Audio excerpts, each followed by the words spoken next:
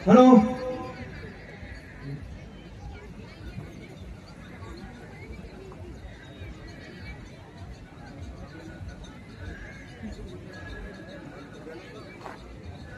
विश्व आदिवासी दिवस की जो बाहर से पधारे हुए मेरे माताओं बहनों सभी को हार्दिक बधाई। आज विश्व आदिवासी दिवस मनाया जा रहा है। सभी भाइयों से और माताओं बहनों को बहुत बहुत बधाई। हमारे लिए ये यूएनओ द्वारा दिए गए अधिकार का एक त्योहार है। आज विश्व आदिवासी दिवस के रूप में मनाया जा रहा है।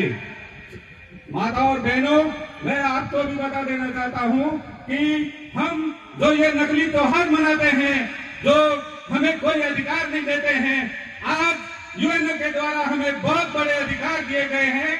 उस अधिकारों के द्वारा हमारे जो पुनर्वास और विस्थापन आदि रोकने का जो प्रयास किया गया है।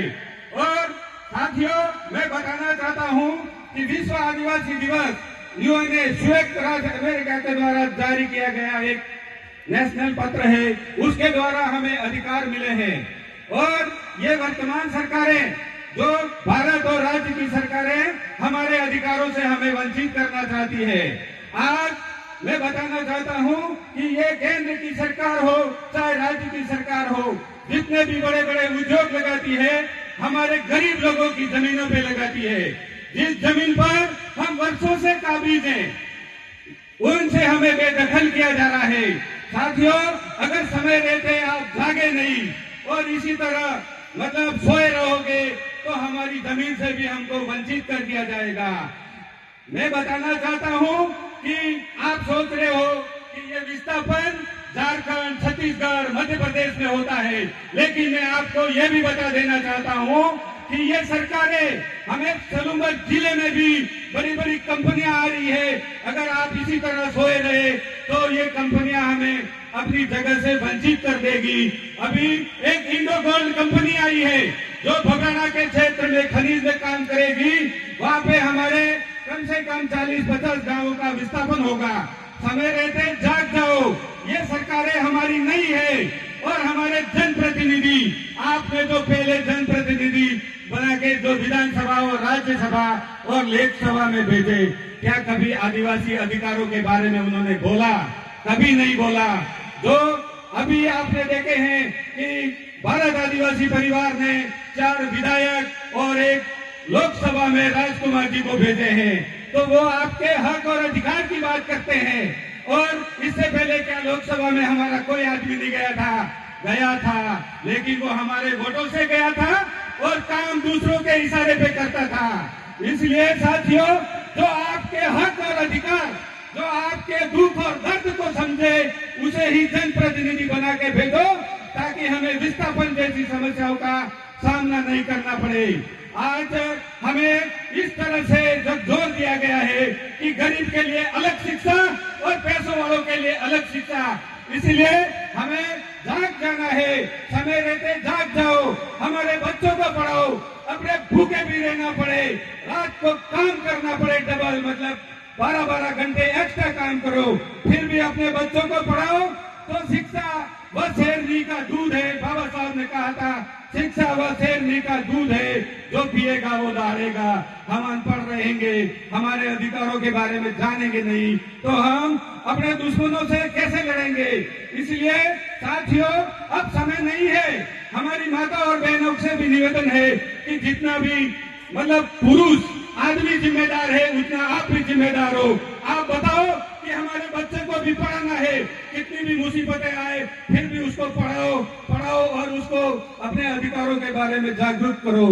आज हमें विश्व आदिवासी दिवस के दिन ये एक, जैसे आपने सोचा होगा कि हमारी सलूमर के जो जिला कलेक्टर हैं, उन्होंने एक सांस्कृतिक प्रोग्राम करके लाखों रुपए खर्च कर देते हैं, लेकिन आज जो विश्व आदिवासी दिवस मनाया जा रहा है, उसको मनाने का भी कोई प्रयास नहीं करता है। और सभी सरकार की नुमाइंदे विश्व आदिवासी दिवस को कभी पहले नहीं मनाते थे।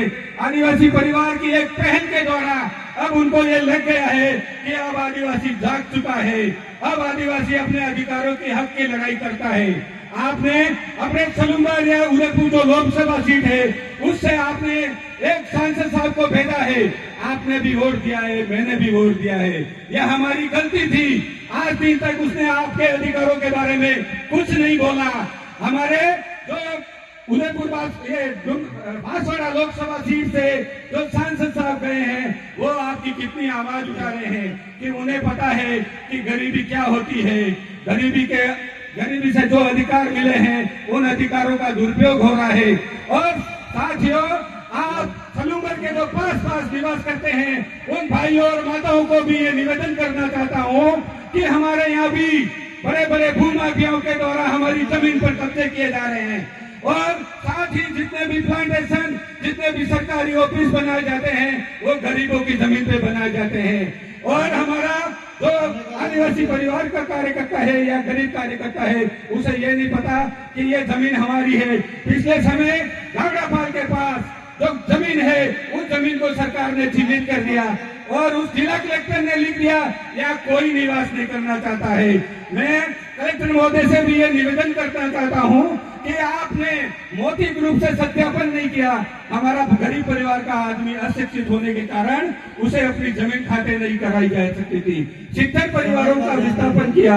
इसलिए साथियों, जाग जाओ और अपने अधिकारों के बारे में बहुत सचेत रहो। अगर सोए रहोगे, अपन कहते हैं कि रात को जैसे अपन सोए रहेंगे तो अपने घर में चोर घुस जाएगा, उसी तरह हमें जागना है और हमारे अधिकारों के बारे में पढ़ाई करनी है। इसी तरह ये सरकारें जैसे 5वीं अनुसूची और 6वीं अनुसूची के बारे में भी हमें वंचित करना चाहती है। आज वनाधिकार के नाम पे हमारा भाई 50% जो जंगलों में रहता है, उसके न तो किसी तरह के कोई कागजात हैं। इसलिए सरकार ने ये पैसा कानून और वनाधिकार बनाया है, उसके बारे में सोचना है और बहुत जल्दी आप जागरूक रहो। जय जोहार।